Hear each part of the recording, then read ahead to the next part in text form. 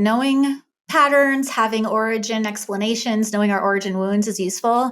But every single person that I have ever treated wants to start with why. I need to understand why this is like this. And you don't ask why a building's on fire. You get the people out. Like, I'm not going to stand there and be like, I wonder what the origin of this fire is. And I wonder what the factors are and perhaps what the mitigate. It's like, get the people out of the damn building. Like, put the fire out first things first, and then we'll figure out what happens later. But when it comes to our stuckness, whether it's financial, relational, sexual, body image, it doesn't matter. Everyone wants to start with why. And that is not a good starting place when your brain's on fire. Start with why is great if you're launching a business. Like Simon said, like all of that stuff is great, but we're not talking about launching a business or committing to a life vision or a mission. We're talking about your brain is on fire. Do not start with why. Instead, start with what are my choices? Because for someone who has 2 choice points, that's going to look a lot different than someone who has 20.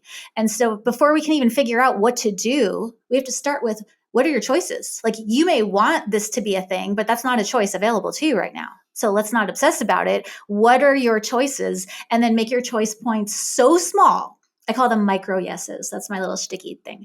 Make them a micro yes is the smallest thing you can do without your nervous system like flipping out on you.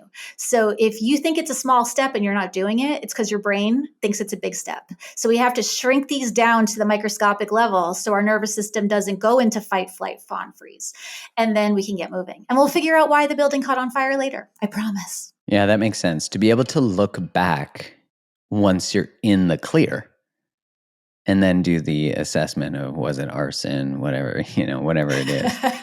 Yeah. I'm curious, when you think about your own life then, and we bring it to these circumstances, because, you're not talking from like an academic tower where you've not lived any of this. Like, you've been through it. Can you maybe give some context for people where you were stuck and how you got to these choice points, these like micro yeses, what they looked like? Because you said like you smoked meth. So I'm curious, like, what's the next choice points as you move through all these things? Because you're funny in your story. You bring levity to things that not everyone can bring levity to. And I think that's what allows people a window into the things they might have shame attached to, because all of a sudden they're like, ha, ha, ha. Oh, so curious. I never thought that like my sordid history would be the thing that lends credibility to my current occupation, but here we are. Right. And the problem with the change process is this Hollywood narrative of you're this way, and then like the burning bush moment happens and the beam of insight hits you, and then you change, and then you never look back.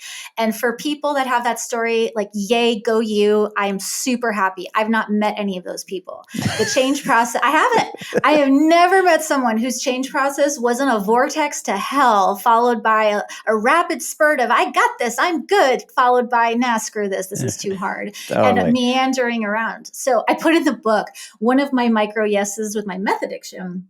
Well, first things first, when you mix meth addiction and sex addiction, you have a lot of shenanigans that you have to untangle. That sounds like a very, it's a bad combo. Like a good, sometimes good, but like a bad. Before it's bad, it's like super good. That's why we get addicted. But my micro yes, which is not something I'm going to live tweet or do an Instagram reel about. I was laying on my floor after being up for days. I was seeing things. I was paranoid. I was losing my mind. I called my sponsor and she's like, Britt, when was the last time you ate food? I'm like, She's like, okay. She sat on the phone with me for an hour, talking me through putting the spoon into the yogurt into my mouth. That is a micro yes. And again, it's not like, look what I did. Yay, go me. But those were the little moments that kept me from going somewhere that I would not return from. Like those microscopic, and afterwards, I didn't go, oh my God, what's wrong with me that all I'm doing is eating a yogurt? It's like, okay, I did one. If I did one, now I can do another.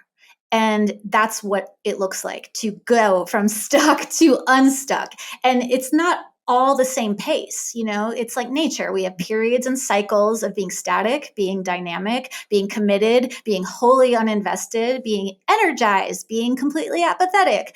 And all of that's normal.